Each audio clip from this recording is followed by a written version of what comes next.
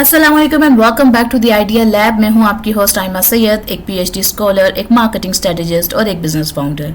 आपके लिए चैनल पर ऐसे बिजनेस आइडियाज़ के ऊपर मुकम्मल वीडियोस बना रखी हैं जहां आप सीख सकते हैं कि 3,000 से 10,000 रुपए में बिजनेस कैसे किया जाता है, उसके लिए चीज़ें कहां से मंगाएंगे, क्लाइंट्स को कैसे पहुंचाएंगे, सोशल मीडिया मार्केटिंग कैसे करेंगे और फिर 1 से 2 लाख रुपए कैसे कमाएंगे। ये सब कुछ आपके लिए एक प्ले लिस्ट के अंदर मुख्तलिफ आइडियाज़ को एक साथ करके आपके लिए प्ले लिस्ट बनाकर चैनल पर अवेलेबल कर दी गई है। जाकर आप उन तमाम चीज़ों को देख सकते हैं और बिजनेस शुरू कर सकते हैं।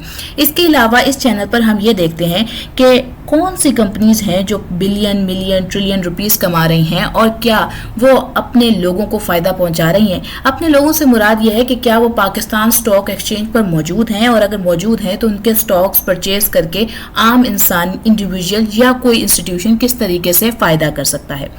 और अब इस फायदे के अंदर, क्योंकि ऑब्वियसली लॉन्ग टर्म इन्वेस्टिंग के अंदर बहुत सारी चीज़ें अहमियत रखती हैं और उसके लिए एक प्रॉपर टेक्निक और प्रॉपर अंडरस्टैंडिंग होना और उन टर्मिनोलॉजीज का समझना ज़रूरी है। तो हमने एक सीरीज शुरू कर रखी है जहां हम ये देख रहे हैं कि स्टॉक एक्सचेंज के अंदर जो डिफरेंट टर्मिनोलॉजीज इस्तेमाल होती हैं वो क्या हैं, उनका मकसद क्या होता है और आसान लफ्ज़ों में समझते हैं कि वो किस तरीके से काम करती हैं, ताकि आप जब भी इन्वेस्टमेंट करें तो एक बेहतर डिसीजन के साथ करें और एक सक्सेसफुल ट्रेड कर सकें।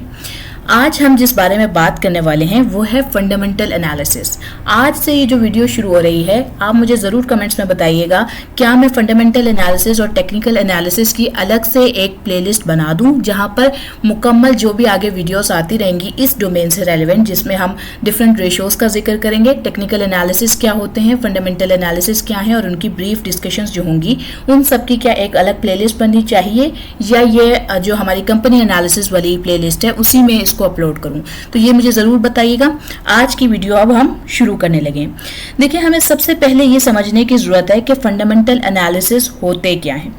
तो हम ये सीखने वाले हैं कि कंपनी की असल वैल्यू या इंट्रिंसिक वैल्यू समझकर हम बेहतरीन इन्वेस्टमेंट के डिसीजंस कैसे लेते हैं।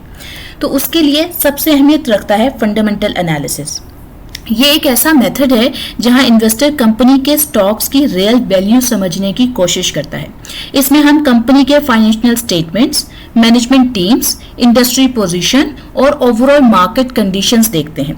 मकसद ये होता है कि हम जान सकें कि स्टॉक अंडरवैल्यूड है या ओवरवैल्यूड। मिसाल के तौर पर एक मशहूर कंपनी एप्पल, इसके एनालिसिस करने हो तो हम क्या करेंगे? तो हम इसकी इनकम स्टेटमेंट्स, बैलेंस शीट्स और कैश फ्लो स्टेटमेंट्स चेक करेंगे। साथ ही मार्केट शेयर और प्रोडक्ट पाइपलाइन भी इवेल्युएट करेंगे।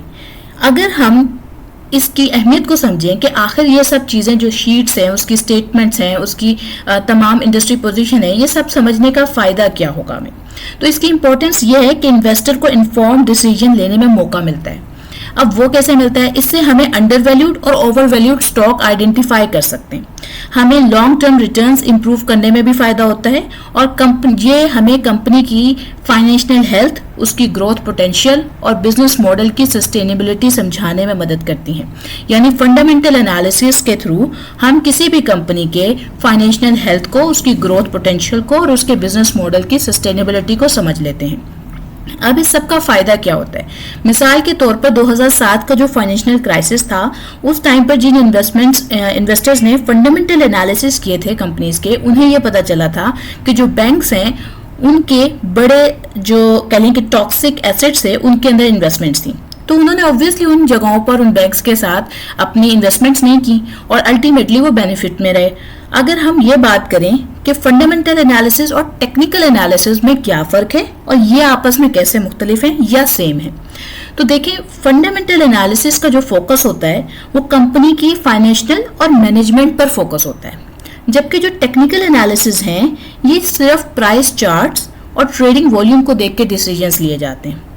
अब ये इन दोनों के अंदर अगर देखा जाए कि कौन सी चीज़ कहाँ यूज़ होने वाली है, तो फंडामेंटल एनालिसिस देखकर आप किसी भी कंपनी के अंदर लॉन्ग टर्म इन्वेस्टमेंट करते हैं। हो सकता है कि आपने एक कंपनी देखी, उसके फंडामेंटल एनालिसिस चेक किए, उसकी डिफरेंट रिपोर्ट्स चेक करी, उसकी डिफरेंट चीज़ें चेक करी और आपने डिसाइड किया कि एक अच्छी कंपनी है, पर उसका स्टॉक आज बहुत ज़्यादा नेगेटिव में, पिछले 1-2 महीने से नेगेटिव में, 6 महीने से नेगेटिव में, मगर वो एक फंडामेंटल कंपनी है।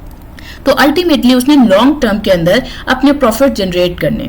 हो सकता है वो कंपनी किसी सीजन वाइज प्रोडक्ट्स के अंदर काम करती हो, यानी या तो विंटर में उसकी प्रोडक्ट्स बिकती हो या समर में, तो हो सकता है उस वजह से भी उस पर इम्पैक्ट आ रहा हो, या कोई ऐसी पॉलिसी अनाउंस हुई हो जिसकी वजह से वो इम्पैक्ट आ रहा हो। लेकिन अल्टीमेटली जिस कंपनी के फंडामेंटल्स बेहतर हैं और उनको बिजनेस की समझ है, तो वो अपने उस पॉलिसी के अकॉर्डिंगली, अपने इन्फ्लेशन के अकॉर्डिंगली अपनी प्रोडक्ट के अंदर इनोवेशंस लाते रहते हैं, इसीलिए उनको हम फंडामेंटल कंपनीज कहते हैं। अगर हम टेक्निकल एनालिसिस की बात करें तो ये शॉर्ट टर्म ट्रेडिंग के लिए इस्तेमाल होती है, क्योंकि इसमें प्राइस चार्ट्स इन्वॉल्व होते हैं, ट्रेडिंग वॉल्यूम देखा जाता है। मिसाल के तौर पर अगर एक कंपनी आज सर्किट ब्रेकर्स, यानी सर्किट ब्रेकर्स में क्या होता है, एक होता है कि बिल्कुल आप लो कैप लग गया या अपर कैप लग गया। अब अपर कैप का मतलब क्या है कि फॉर एग्जांपल एक स्टॉक को 100 रुपए पे अगर लोअर कैप लग रहा है और 500 रुपए पे या 300 रुपए पे उसको अपर कैप लग रहा है और वो अपर कैप लग गया है और आपने उस स्टॉक को परचेस कर रखा है और अब आप उसको सेल करना चाह रहे हैं, पर वहां कोई खरीदने वाला ही नहीं है। मीन्स के जितने ज्यादा खरीदार होंगे या जितने ज्यादा बेचने वाले होंगे, उस टोटल अमाउंट को शामिल, लोगों को शामिल करके हम वॉल्यूम कहते हैं। अब ना बेचने वाले ज्यादा हो, खरीदने वाला कोई हो ना, तो उस प्राइस के बढ़ने का भी कोई फायदा नहीं होता। अगर कोई कंपनी फंडामेंटली स्ट्रांग ना हो और उसका स्टॉक बढ़ भी जाए, तब भी अगर उसका खरीदार नहीं है तो आप उसको बेच नहीं पाएंगे। अब बात करते हैं कि ये डिसीजन मेकिंग में किस तरीके से हेल्पफुल होता है। जो फंडामेंटल एनालिसिस है ये क्वालिटेटिव अप्रोच रखते हैं और ये वैल्यू बेस्ड अप्रोच रखते हैं, जबकि जो टेक्निकल एनालिसिस होते हैं ये क्वांटिटेटिव और पैटर्न बेस्ड हैं। जो हम ब्लू कैंडल्स और ग्रीन कैंडल्स और रेड कैंडल्स की बात करते हैं, वो टेक्निकल एनालिसिस का हिस्सा होते हैं। अब हम एक मिसाल देखते हैं इन दोनों की। एक फंडामेंटल एनालिस्ट कंपनी के अर्निंग्स, उसके डेप्थ, उसकी P/E रेशियोज चेक करता है और उसको सालों तक होल्ड करके रखता है, जबकि एक टेक्निकल एनालिस्ट प्राइस के ट्रेंड को देखता है, RSI को देखता है, सपोर्ट एंड रेजिस्टेंस लेवल्स को देखता है और उसके हिसाब से कुछ दिनों के लिए या कुछ हफ्तों के लिए अपने स्टॉक को होल्ड करके रखता है। हमने पिछली वीडियोस के अंदर जब हम ट्रेडिंग के हवाले से डिफरेंट बातें कर रहे थे, तब ये जिक्र किया था कि हमारे पास इंटरडे ट्रेडिंग होती है, स्विंग ट्रेडिंग होती है या फिर लॉन्ग टर्म इन्वेस्टमेंट्स होती हैं। तो जब हम बात कर रहे हैं कि कुछ हफ्तों के लिए होल्ड करके रख रहा है, यानी कि स्विंग ट्रेडिंग की अप्रोच को एक टेक्निकल एनालिस्ट अप्रोच को, जो उसकी अप्रोच है वो एक स्विंग ट्रेडिंग की डोमेन में आ जाती है। अब आज की इस वीडियो से आपको क्या बातें हैं जो आपने याद रखनी है, ताकि हम आगे उसके ऊपर जो डिटेल में चीजें आगे आ रही हैं उनके साथ आपको हेल्पफुल हो सके।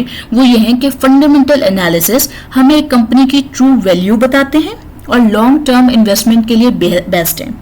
Technical analysis short term market trend है, प्राइस पैटर्न्स पर फोकस करते हैं। अगर किसी ने एक सक्सेसफुल इन्वेस्टमेंट प्लान करना है अपनी पोर्टफोलियो के लिए, तो उसे फंडामेंटल एनालिसिस और टेक्निकल एनालिसिस दोनों की समझ होना जरूरी है और दोनों को मैयर करके चलना है। अब ये दोनों को मैयर करके क्यों चलना है? फॉर एग्जाम्पल, एक कंपनी फंडामेंटली स्ट्रांग है, आज उसका स्टॉक बहुत ज्यादा हाई वैल्यू पर है, आपको लगता है कि फंडामेंटल कंपनी है, हाई स्टॉक है, इससे भी ऊपर जा सकता है और आपने उसको परचेज कर लिया। आपने आज जिस डेट पे परचेज किया माइट भी उस लेवल पर वो ओवर वैल्यूड हो और वहां पर आपको फिर अगले कुछ हफ्तों तक उसमें एक डाउनफॉल नजर आए। लेकिन अगर आपने साथ साथ टेक्निकल एनालिसिस भी किए हो, चार्ट्स की स्टडी की हो और आपने डिफरेंट रेशियोज को देखा हो, तो आपको अंदाजा होगा कि ये पिछले कई महीनों से या पिछले कई हफ्तों से कुछ ज्यादा ओवर वैल्यूड है। इसकी जो रेंज है इस कंपनी के जो पर्टिकुलर स्टॉक की वैल्यू है वो एक कह लें कि एक्स और वाई की कैटेगरी में आ रही है, तो आप उस एक्स एंड वाई कैटेगरी का वेट करेंगे और जब वो वहां आता है आप वहां पर परचेज करेंगे। इन टर्मिनोलॉजीज में, इनके लिए टर्मिनोलॉजीज हम डिप का वर्ड भी यूज करते हैं, बाज़-औक़ात हम मार्केट की कंसोलिडेशन जैसे लफ्ज भी इस्तेमाल कर सकते हैं, या हम कंपनी की कह लें कि कंपनी मार्केट में सर्वाइव करने की कोशिश कर रही है। इस तरह की बहुत सारी टर्मिनोलॉजीज आप बहुत सारे लोगों से सुनेंगे। उम्मीद करती हूँ कि आपको आज की वीडियो पसंद आई होगी, आपने फंडामेंटल और टेक्निकल एनालिसिस में क्या डिफरेंस होता है ये समझ आया होगा और मुझे जरूर बताइएगा कि इसकी अलग से प्लेलिस्ट बननी चाहिए या नहीं। और फिर मिलेंगे इंशाअल्लाह अगली वीडियो में और इसको अब एक सीरीज के साथ लेके चलेंगे। इसी के साथ मैं आज आपसे लेती हूँ अलविदा। अस्सलाम वालेकुम।